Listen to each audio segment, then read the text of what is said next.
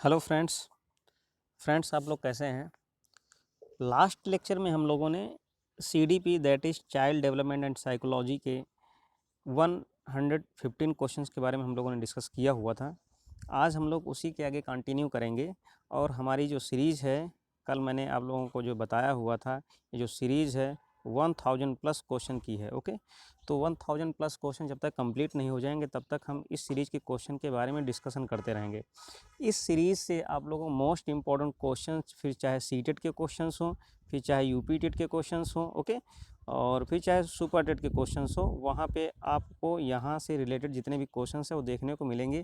क्योंकि यहाँ पे इस सीरीज़ पे आप लोगों के लिए सारे सिद्धांत हैं, सारे कॉन्सेप्ट हैं, और जितने भी अधिगम लर्निंग्स, फिर चाहे पियाजे हो, फिर चाहे कोलर हो, फिर चाहे कोहलबर्ग हो, इन सब के जितने भी सिद्धांत हैं वो सब आप लोगों को देखने को मिलेंगे वन लाइनर्स क्वेश्चंस के रूप में। ओके, तो हम लोग स्टार्ट करते हैं। उसी के आगे 115 क्वेश्चंस को हम लोगों ने कल डिस्कस कर लिया हुआ था, उसी के आगे हम लोग आज स्टार्ट करते हैं 116 नंबर से। ओके फ्रेंड्स, यहाँ पे 116 नंबर पे है कि अधिगम के नियमों को किसने प्रतिपादित किया हुआ था। तो अधिगम के नियमों को किसने प्रतिपादित किया था? सबसे पहले थॉर्नडाइक ने। इनको EL थॉर्नडाइक इनका पूरा नाम है, EL। Okay, EL Thorndike. खेल, गीतों व उपहारों की शिक्षा यानी दी जाती है, किस पद्धति से दी जाती है? तो किंडरगार्टन के माध्यम से दी जाती है। मनोविश्लेषणात्मक प्रणाली के जो जन्मदाता हैं कौन है? वो सिगमंड फ्रायड है। ओके, नेक्स्ट क्वेश्चन पे आते हैं हम लोग। प्रयोजन सिद्धांत या प्रयोजन विधि किस संप्रदाय पर आधारित है? तो किस संप्रदाय पर आधारित है? प्रेरकी, यानी कि प्रेरणा लेना ही जो है वो क्या है? प्रयोजन विधि का संप्रदाय है। जब एक स्थिति में रखी गई बात दूसरी स्थिति में रखी गई बात में यानी सीखने में सहायता प्रदान करती है, या जो है उसको बोलते हैं सकारात्मकता, जो है स्थानांतरण बोलते हैं। ओके, इसी तरीके से एक अधिगम था, वो भी सकारात्मक, धनात्मक और सकारात्मक एक ही बात होती है, उसको भी पॉजिटिव बोलते हैं, इसको भी हम लोग सकारात्मक को भी पॉजिटिव ही बोलेंगे। ओके, तो इसको आप लोग ध्यान दीजिएगा। वहाँ पे क्या था, यानी गणित अगर कोई बच्चा सीखा हुआ उसको विज्ञान में प्रयोग करता है तो उसको क्या बोलते हैं? तो वहाँ पर भी क्या बोलते हैं कि सकारात्मक स्थानांतरण या धनात्मक स्थानांतरण बोलते हैं। ओके, अध्यापक के रूप में शिक्षण संबंधी कार्यों को किस रूप में सोचना चाहिए? तो बालक में वृद्धि एवं विकास। कोई भी अगर टीचर पढ़ाता है तो यानी किस पर्पस से पढ़ाए? इस पर्पस से पढ़ाए कि बच्चे की जो है उसमें चाहे मानसिक जो है मेंटल डेवलपमेंट हो, मेंटल ग्रोथ एंड डेवलपमेंट हो, उन चीज़ों को ध्यान में रख करके उसे पढ़ाना चाहिए। ज्ञान और अभिवृत्ति की प्राप्ति ही सीखना है। ज्ञान और अभिवृत्ति की प्राप्ति ही सीखना है, ये किसने परिभाषा दी? तो किसने दी? क्रो एंड क्रो ने दी। ओके, तो आप लोग जितने भी सिद्धांत हैं, जितने भी डिफिनीशंस हैं, इनको जो वन लाइनर के रूप में मैंने दिया हुआ उसको आप अलग से कॉपी पे नोट डाउन कर लेना। नेक्स्ट क्वेश्चन है आत्मनिष्ठ पद्धति क्या होती है? तो जो अंतर्दर्शन होता है उसको हम आत्मनिष्ठ पद्धति बोलते हैं। ओके, नेक्स्ट क्वेश्चन, अपने छात्रों को आदेश नहीं है यहाँ पे, अधिक, अपने छात्रों को अधिक उपदेश मत दो, उक्त कथन किस मनोवैज्ञानिक का है? किसका है? जेम्स का है। अधिगम की प्रभावशाली विधि क्या है? करके सीखना, यानी कि करके का मतलब है कि पहले डू यानी लर्निंग बाय डूइंग। ओके, जो है करके सीखना, कोई भी चीज़ प्रैक्टिकल, तो अवलोकन विधि, व्याख्यान विधि, यानी इतनी है प्रभावशाली। सबसे ज़्यादा कौन सी है? यानी करके सीखना, फिर उसके बाद ऑब्जर्वेशन है, फिर उसके बाद क्या है? व्याख्यान है, फिर उसके बाद क्या है? डिस्कशन है। ओके, नेक्स्ट क्वेश्चन, छात्र केंद्रित शिक्षा की अवधारणा किस संप्रदाय ने सर्वप्रथम दी? तो किसने दी? मनोविश्लेषणात्मक संप्रदाय ने दी। कार्यात्मक संप्रदाय से क्या संबंध, यानी कौन संबंध है? तो विलियम जेम्स जो है वो कार्यात्मक संप्रदाय से संबंधित है। नेक्स्ट क्वेश्चन, कार्यवादी संप्रदाय से कौन संबंधित है? तो कौन है? EL थॉर्नडाइक, जिसके बारे में अभी हम लोगों ने बताया हुआ था। अब यहाँ पे लिखा है रमेश और अंकित की जो समान बुद्धि लब्धि है, यानी जो IQ लेवल है वो कितना है? 120 है। ओके, कितना है? 120 है। रमेश अंकित से 2 वर्ष छोटा है। यदि अंकित की आयु 12 वर्ष हो तो रमेश की मानसिक आयु कितनी होगी? इसको हम लोग कैलकुलेट करेंगे। वहाँ से जो है IQ इक्वल टू कितना होता है? मानसिक यानी मेंटल एज अपन कितना होता है? वो क्रोनोलॉजिकल एज, दैट इज मतलब कि होता है, ये होता है IQ का फार्मूला, आप लोग नोट डाउन कर लीजिएगा यहाँ से। ये होता है कितना? मानसिक यानी मेंटल एज, और नीचे क्या होता है? CA, that is chronological age होता है। तो यहाँ से इसको हम वास्तविक एज बोलते हैं। यहाँ पे वैल्यू रखेंगे तो यहाँ पे कितना आ जाएगा? 12 वर्ष आ जाएगा। ओके, नेक्स्ट क्वेश्चन, छात्र की प्रयोगात्मक दक्षता के आकलन का यथोचित रूप क्या है? तो अवलोकन है। अगर कोई भी छात्र है उसकी प्रयोगात्मक दक्षता का आकलन कैसे करेंगे? तो हम लोग ऑब्जर्वेशन करके ही उसकी जो है प्रयोगात्मक दक्षता का अवलोकन कर सकते हैं। कक्षा नायक द्वारा प्रयुक्त मूल्यांकन का प्रकार अनुदेशन के समय सीखने के विकास में किया जाता है। इसको हम लोग बोलते क्या है? इसको बोलते हैं हम लोग फॉर्मेटिव असेसमेंट बोलते हैं। यानी कक्षा नायक कोई भी क्लास को ऑब्जर्व करने वाला है, ओके, तो इसको हम लोग यहाँ से देख सकते हैं। इसको फॉर्मेटिव मूल्यांकन या इंग्लिश में बोलते हैं फॉर्मेटिव असेसमेंट बोलते हैं। टॉलमैन ने अधिगम के कितने प्रकार बताए? तो टॉलमैन ने अधिगम के 6 प्रकार बताए। जिस विधि से किसी प्रकरण का निदान यानी कोई भी टॉपिक है उसका जो है डायग्नोसिस किया जाता है, डायग्नोस्ड किया जाता है, वह क्या कहलाती है? तो उसको बोलते हैं केस स्टडी। ओके, ये सब चीज़ें पढ़ने लायक हैं, बहुत इंपॉर्टेंट चीज़ें हैं, इसको इग्नोर मत कीजिएगा कोई भी। पुनर्बलन के सिद्धांत किसने यानी पुनर्बलन का सिद्धांत प्रतिपादन किसने किया? यानी किस विधि से किया गया? चिकित्सात्मक विधि से किया गया। ओके, नेक्स्ट क्वेश्चन है ईद। यहाँ पे ईद है, ईगो है, सुपर ईगो है, कि इसकी अवधारणा किसने दी? सिगमंड फ्रायड ने दी हुई थी। आत्मनिष्ठता का दोष पाया जाता है किसमें? निरीक्षण विधि में पाया जाता है, क्योंकि आत्मनिष्ठता का मतलब होता है कि कोई भी अगर आदमी निरीक्षण करता, ऑब्जर्वेशन करता, तो खुद का जो ऑब्जर्वेशन करेगा तो उसके अंदर एक फीलिंग आएगी कि हम अपना ऑब्जर्वेशन कैसे करें, तो एक प्रकार का एक दोष ही है आत्मनिष्ठता। ओके, जब सीखने की क्रिया में प्रगति एक समान होती है तो कौन सा यानी वक्र होता है? तो क्या होता है? एक समान है तो इस तरीके से क्या होगा, ये इस तरीके से लाइन बनेगी, तो इसको बोलेंगे हम एक समान प्रगति हो रही है, तो इसको बोलेंगे हम क्या बोलेंगे? सरल रेखा बोलेंगे। बाल अपराधियों के उपचार का क्या किया जाए? यानी कि उपचार क्या क्या हैं? बाल जो अपराधी होते हैं उनके कौन कौन से किस किस माध्यम से उनका जो है उपचार किया जा सकता है? तो एक मनोवैज्ञानिक विधि है, एक समाजशास्त्री विधि है, एक वैज्ञानिक विधि है। ओके, समस्याग्रस्त बालक जो होते हैं कौन से होते हैं? तो इसकी डिफिनीशंस पूरी लिखिए। वे बालक जिनके व्यवहार में ऐसी कोई असामान्य बात होती है जिसके कारण वे समस्याग्रस्त बालक बन जाते हैं, तो कौन कौन से? कक्षा में अगर बच्चों को स्टूडेंट लेवल का देखा जाए तो क्या है? बच्चे देर में आना, ठीक, स्कूल से भाग जाना, कक्षा में अधिक बातें करना, अधिक क्रियाशील रहना, गृह कार्य करके न लाना, कक्षा में पढ़ाई में ध्यान न लगाना, ये सारी चीज़ें हैं। और भी बहुत सारे सिम्टम्स होंगे, आप देख सकते हैं अपने आसपास के लोगों में। ओके, व्यक्तित्व विकास की अवधारणा है। व्यक्तित्व विकास की अवस्था कौन सी होती है? अधिगम और बुद्धि होती है। ओके, विकास में बुद्धि से क्या तात्पर्य है? आकार, सोच, समझ, कौशल, बुद्धि, ये सब चीज़ें क्या हैं? बुद्धि। विकास में बुद्धि से यानी जो बुद्धि होती है, जो डेवलपमेंट होता है, तो उसमें जो है इंटेलिजेंसी जो बढ़ती है, उसके आकार में उसका साइज़ कितना बढ़ रहा है, एज के अकॉर्डिंग जो है, जैसे जैसे एज बढ़ेगी तो उसका जो बुद्धि का यानी कि जो ग्रोथ होगा, बुद्धि का जो वजन होगा, सोचने की जो कैपेसिटी होगी, वो क्या है? आकार है। सोच यानी कैसा सोचता है, और उसकी अंडरस्टैंडिंग, उसकी स्किल कैसी है किसी भी चीज़ को करने की।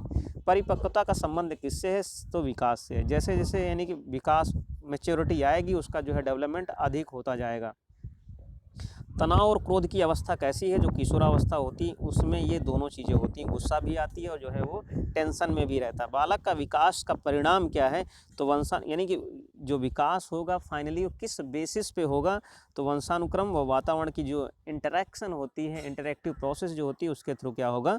बालक का विकास होगा। नेक्स्ट क्वेश्चन, एक बच्चे की मानसिक आयु 12 वर्ष दी हुई, वास्तविक आयु इतनी दी हुई, तो उसकी बुद्धि लब्धि कितनी है? तो कितनी हो जाएगी? तो मानसिक आयु मैंने अभी बताया था, मेंटल एज अपन कितना होता है, जो उसकी रियल एज उसको हम लोग बोलते हैं क्रोनोलॉजिकल एज बोलते हैं, उसको क्या करते हैं 120, इसको क्या करेंगे हम लोग, इसको यानी कि 12 बटे जो उसकी वास्तविक एज है इंटू 100 कर देंगे। ओके, यहाँ से कट जाएगा तो 120 आएगा। वो भी क्वेश्चन जो बताया था उसमें फार्मूला यही काम करेगा।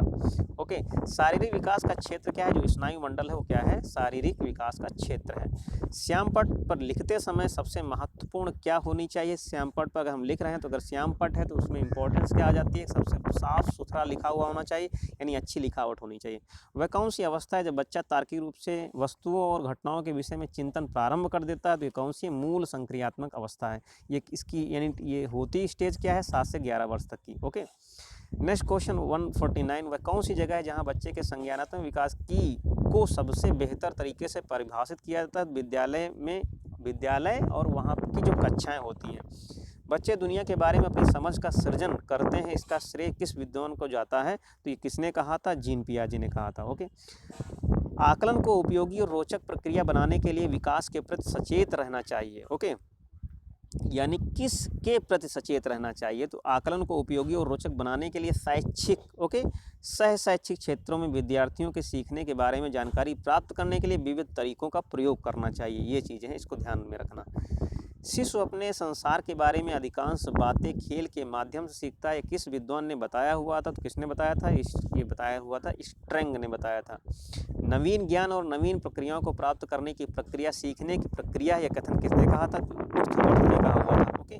थर्स्टन द्वारा 1937 में प्रतिपादित क्रमबद्ध अंतर्विधि का व्यापक प्रयोग एवं प्रचार किस वैज्ञानिक ने किया? सफीर ने किया। तो ये इतना इम्पोर्टेंट नहीं है। बालक के व्यक्तिगत अध्ययन की मनोवैज्ञानिक विधि क्या है? ये है कैसल स्टडी। कैसल नहीं है, केस स्टडी है। क्या है? Case, STUDY। Case study. Next question, कौन सा विभेदन सीखने में उच्च स्तरीय उपायों का प्राकलन के उपयोग पर बल डालता है? तो क्या है? असत्य सिद्धांत। अधिगम के क्रम में कौन सी क्रिया बालक पहले करेगा? तो कौन सी? आत्मसात। कोई भी हो, कुछ सब पहले क्या करता है? ऑब्जर्व करता है, देखता है, लेकिन अधिगम वहाँ से स्टार्टिंग नहीं होती। जैसे अपने अंदर एब्जॉर्व करता है उसको बोलते हैं यहाँ पे आत्मसात होगा, ना कि सात है। तो यहाँ पे ध्यान दीजिएगा। नेक्स्ट क्वेश्चन है, व्यक्ति भेदों का अध्ययन तथा सामान्यीकरण का अध्ययन किस विधि द्वारा करता है? विभेदात्मक विधि द्वारा करता है। 159, संबंधवाद वह सिद्धांत है जो समस्त मानसिक क्रियाओं को परिस्थिति एवं अनुक्रिया के बीच मूल एवं अर्जित संयोजन का कार्य करता है। यह किसने कहा था? रेन ने कहा था। नेक्स्ट क्वेश्चन, अधिगम स्थानांतरण में सामान्य तथा विशिष्ट अंश का सिद्धांत किस मनोवैज्ञानिक? तो स्मेरमैन ने दिया हुआ था। वह विधि जिसमें खंड व पूर्ण विधियों का एक साथ प्रयोग किया जाता है उसको कौन सी कहते हैं? मिश्रित विधि कहते हैं। जितने भी क्वेश्चंस हैं फ्रेंड्स, जितने भी क्वेश्चंस आप लोग देख रहे हैं, जो सीरीज देख रहे हैं, अगर इनको आप लोग एक साथ PDF में देखना चाहते हैं या पाना चाहते हैं तो नीचे मैं डिस्क्रिप्शन में टेलीग्राम चैनल का लिंक प्रोवाइड कर दूंगा। आप लोग वहां से जा करके जो PDF है उसको डाउनलोड कर सकते हैं। CDP के नाम से है। ये मेरे द्वारा ही क्रिएट की गई है और आप यहाँ से इम्पोर्टेंट क्वेश्चन देख सकते हैं। नेक्स्ट क्वेश्चन 161, वह विधि जिसमें खंड व पूर्ण विधियों का एक साथ प्रयोग किया जाता है उसको मिश्रित कहते हैं। देख चुके हैं। स्वामित्व व अधिगम शिक्षण विधि का प्रतिपादन किसने किया? तो ब्लूम टेक्सोनॉमी जो थी उन्होंने ब्लूम साहब ने किया हुआ था। संचारवादी संप्रदाय के प्रवर्तक कौन थे? तो विलियम ओंट थे। ये विलियम ओंट हैं। इसको स्पेलिंग आप लोग यहाँ से WOUND ओंट। अपने सिद्धांत का नाम आदर्शों व मूल्यों का सिद्धांत किसने कहा था? तो किसने कहा था? वागले ने कहा था। WC वागले।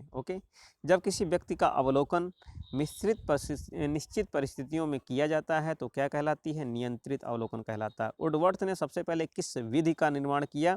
तो क्वेश्चन यानी प्रश्नावली, इसको भी बोल सकते हैं, प्रश्नावली विधि का निर्माण किया हुआ था। किस वैज्ञानिक ने अध्ययन विधि में आंसरदाता और क्वेश्चनकर्ता के सम्मुख नहीं बैठता है? अध्ययन यानी तो क्या है? प्रश्नावली है। प्रयोगात्मक पद्धति की कमी क्या है? अपने दोषों को छिपाना। मनोविज्ञान में निरीक्षण पद्धति कितने प्रकार की होती है? तो 2 प्रकार की होती है। 170, सीखना संबंध स्थापित करता है। मनुष्य का संबंध तंत्र है। यह कथन किसका है? थॉर्नडाइक का है। थ्योरी ऑफ लर्निंग पुस्तक के जो है लेखक कौन है? ये थ्योरी नहीं है, थ्योरी है, जो हम लोग पढ़ते हैं। Theory THEORY। Theory of learning तो कौन है? ER हिलगार्ड है। अधिगम के लिए सदैव सहायक अवयव नहीं है तो कौन है? उच्च चिंतन नहीं है। नेक्स्ट क्वेश्चन, साक्षात्कार, जिस साक्षात्कार के माध्यम से छात्र के घर तथा वातावरण के संबंध में सूचनाएं प्राप्त होती हैं वह निदानात्मक साक्षात्कार कहलाता है। विकास कभी न समाप्त होने वाली प्रक्रिया या विचार किससे संबंधित है? तो किससे संबंधित है? निरंतरता के सिद्धांत से संबंधित है। इसको हम लोग रिपीट भी कर चुके हैं पहले भी। बच्चे के बौद्धिक विकास की 4 विशिष्ट अवस्थाओं की पहचान किस विद्वान द्वारा की गई? तो 4 जो है अलग अलग स्टेजेस थी। आप लोग जानते हैं। परिवार एक साधन है। कैसा? परिवार एक अनौपचारिक शिक्षा का साधन है। जिसे अनौपचारिक मतलब होता है यानी कि नॉन फॉर्मल या इनफॉर्मल। और जो विद्यालय से जो हम सर्टिफिकेट लेते हैं, जो ज्ञान अर्जित करते हैं, उसको बोलते हैं हम लोग फॉर्मल एजुकेशन बोलते हैं, जिसका हम लोग भविष्य में यूज कर सकते हैं। एक शिक्षक विद्यार्थियों में सामाजिक मूल्यों को विकसित किस तरह से कर सकता है? तो किस तरह से कर सकता है सामाजिक मूल्यों को विकसित? यानी आदर्श रूप से क्या है? बर्ताव करके, यानी कि टीचर को खुद क्लास में ऐसी एक्टिविटी करनी चाहिए, ऐसा व्यवहार करना चाहिए जिससे उसकी छाप छात्रों के ऊपर पड़े। ओके, शिक्षा का बर्ताव किस तरह का होना चाहिए? शिक्षा का बर्ताव आदर्शवादी होना चाहिए, यानी आइडियलिज्म होना चाहिए। किस अवस्था में बच्चे अपने समकक्षी वर्ग के सदस्य सक्रिय सदस्य बन जाते हैं? किशोरावस्था में बन जाते हैं। ओके, प्राथमिक शिक्षा के लिए बाल मनोविज्ञान क्यों आवश्यक है? बाल मनोविज्ञान का ज्ञान क्यों आवश्यक है? प्राथमिक शिक्षक के लिए बाल मनोविज्ञान का ज्ञान बच्चों के व्यवहार को समझने में सहायता प्रदान करता, इसलिए आवश्यक है। ओके, नेक्स्ट क्वेश्चन, बुनियादी स्तर पर मातृभाषा में शिक्षा देना क्यों यानी कि बेहतर है? तो बुनियादी स्तर में मातृभाषा में शिक्षा देने से प्राकृतिक वातावरण में बच्चों को सीखने में सहायता प्रदान करता है। ओके, खिलौने की आयु किस अवस्था को कहा जाता है? तो पूर्व बाल्यावस्था जो होती है उसको खिलौने की आयु यानी कि बोलते हैं, यानी कि इसको बोलते हैं गेम एज बोलते हैं। ओके, खिलौने मतलब स्पोर्ट जो है टॉय एज बोलते हैं। ओके, जिन इच्छाओं की पूर्ति नहीं होती उनका भंडार ग्रह कौन सा है? तो कौन सा? इदम। जैसे होता है ना इदम सुपर ईगो। ओके, तो इदम। समस्याग्रस्त बालकों की समस्या शिक्षक द्वारा कैसे दूर की जा सकती है? तो अलग अलग बिठाएं और सबसे आगे बिठाएं। ऐसे बालक जो समस्या क्रिएट करते हैं उनको क्या करें? आगे बिठाएं और अलग अलग बिठाएं। ओके, और भी पॉइंट हैं। शिक्षक को स्वयं बालकों की समस्याओं का कारण पता लगाना चाहिए, दूर करना चाहिए। शिक्षक को ऐसे बालकों के घर जाकर उनकी समस्या का पता, यानी जो बहुत ही यानी कि मोस्ट प्रॉब्लमेटिक जो बच्चे होंगे। गिलफोर्ड ने सृजनात्मकता के 4 तत्व कौन कौन से बताएं? तो लोचशीलता है, ओके, मौलिकता है, अपसारीशीलता है, केंद्र विमुक्ता है। ओके, इसको लोच को फ्लेक्सिबिलिटी बोलते हैं। मौलिक यानी कि इसको मतलब बोलते हैं, मौलिक का मतलब वही है, मौलिक का मतलब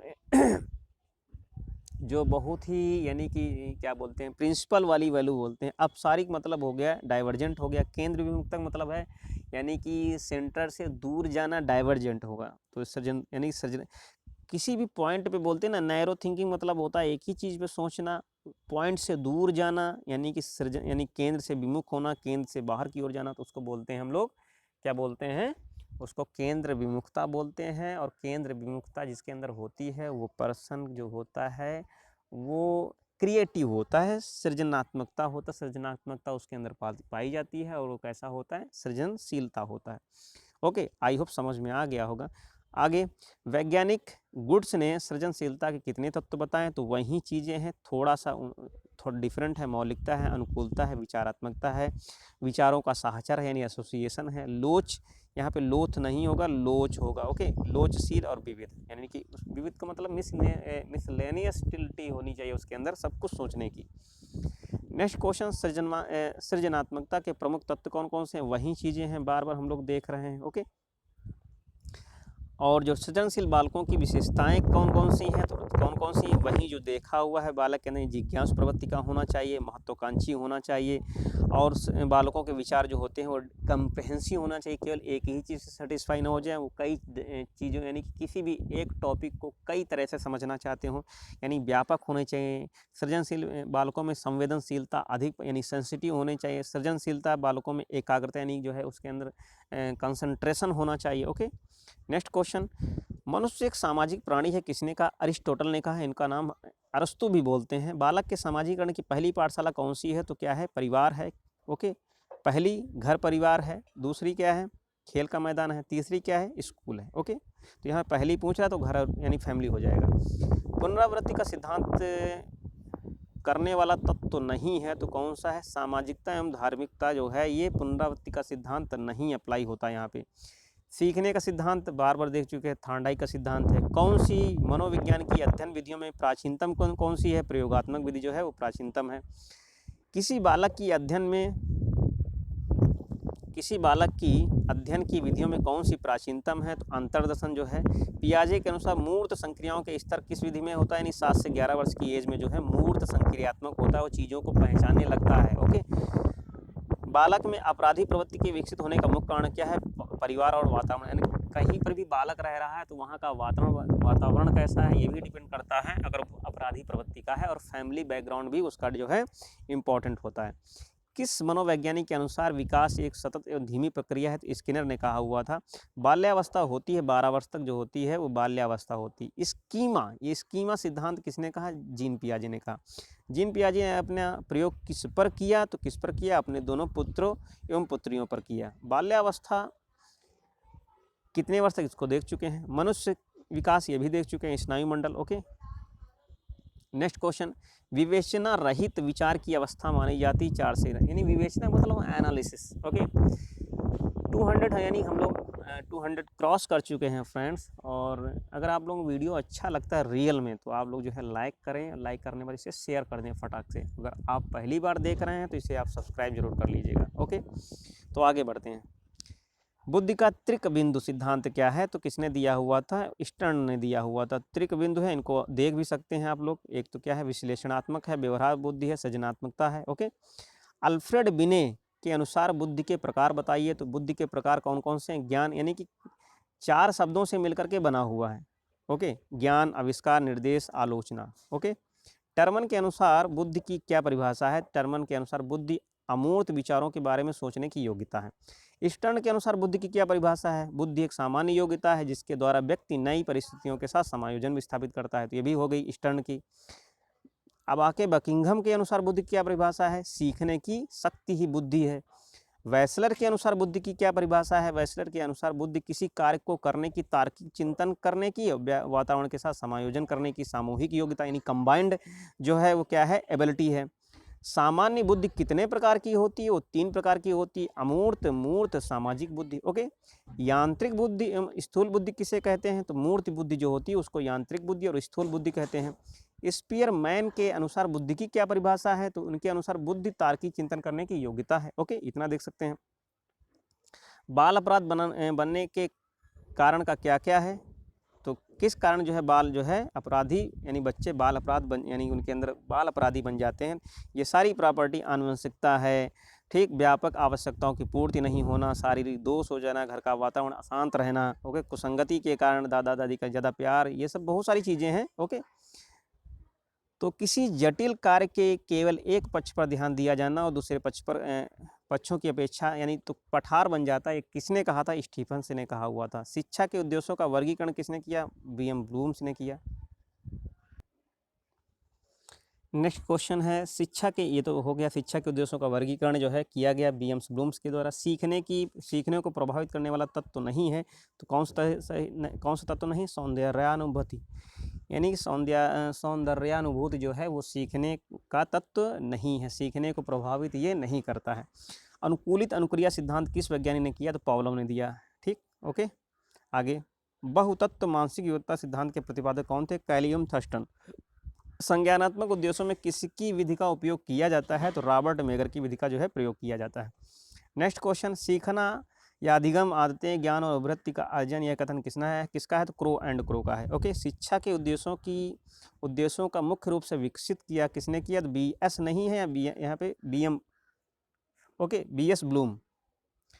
सीखना प्रक्रिया का आधारभूत पक्ष हो सकता निरंतरता। ओके, नेक्स्ट क्वेश्चन, समूह गत्यात्मक सिद्धांत के प्रणेता कौन थे? तो लेविन थे, कर्ट लेविन। ओके, कौन सा चक्र जिसमें सीखने के आरंभ में सीखने की गति तीव्र होती है? तो कौन सी है? उनदोत्तर। ओके, उनदोत्तर, जिसमें क्या होता है? इस तरीके से होता है कि यानी आरंभ में बड़ी स्पीड से जो है कर्व बनता है, ऐसे। ओके, इस तरीके से आरंभ यानी बहुत स्पीड से बनेगा, फिर क्या होता? धीरे धीरे जो है बड़ी स्पीड से पहले उठा, एकदम डायरेक्ट उठा, फिर धीरे धीरे जो है डाउन हो जाता है। ओके, तो आगे, शिक्षण अधिगम प्रबंधन प्रत्यय के प्रवर्तक कौन थे? तो डेविस थे। ओके, नेक्स्ट क्वेश्चन, अनुभव और प्रशिक्षण द्वारा व्यवहार में परिवर्तन लाना ही अधिगम या सीखना है। तो किसने कहा था? गेट्स ने कहा था। पूर्ण कारकवाद के जन्मदाता कौन थे? वर्दीमर थे, वर्दाइमर भी बोलते हैं। 25 से कम बुद्धि वाला बालक क्या कहलाता है? जड़। ओके, जड़ बुद्धि जिसकी बोलते हैं ना, बहुत ही डल। यौन यदि समस्त जीवन का नहीं तो किशोरावस्था का अवश्य ही मूल तत्व है। किसने कहा था? जेएस रॉस ने कहा हुआ था। कुशाग्र बुद्धि अथवा प्रतिभावान बालक वह जो निरंतर किसी भी उचित कार्य में अपनी अद्भुत कार्य कुशलता का, प्रवीणता का परिचय देता है। यह कथन किसने कहा था? तो हैविंगस्टन ने कहा हुआ था। पिछड़ा बालक वह है जो अपने अध्ययन के मध्य में अपनी कक्षा का कार्य जो उसकी आयु के अनुसार एक कक्षा नीचे का है, ओके, करने में असमर्थ है उसको, यानी कि यह किसने कहा था? यहाँ पे क्या है कि पिछड़ा बालक, ओके, क्या है? पिछड़ा बालक। तो पिछड़ा बालक की ये परिभाषा किसने कही थी? सिरिल बर्ट ने कही हुई थी। समस्यात्मक बालक उन बालकों ने प्रयोग किया, यानी समस्यात्मक जो बालक टर्म है किस तरह के बालकों के लिए प्रयोग किया जाता है? जिनका व्यवहार अथवा व्यक्तित्व किसी बात में गंभीर रूप से असामान्य है। ये किसने कहा था? वैलेंटाइन ने कहा हुआ था। वह बालक जो समाज द्वारा स्वीकृत आचरण का पालन नहीं करता अपराधी कहलाता है। किसने कहा था? हीली ने कहा था। बुद्धि के किस सिद्धांत को बालू का ढेर कहा जाता है? तो बुद्धि के बहु सिद्धांत को क्या बोलते हैं? बहुतत्व सिद्धांत को बोलते हैं बालू का ढेर। व्यक्ति के चेहरे को देखकर उसकी बुद्धि का पता लगाया जा सकता है। किसने कहा था? लेवटर ने कहा हुआ था। Okay, next question. वे सिद्धांत जो संवर्धन और ज्ञान और शैक्षणिक दक्षता को हार्दिक इच्छा प्रदर्शित करते हैं उनके पास होता है निष्पादन, उपागम एवं अभिविन्यास।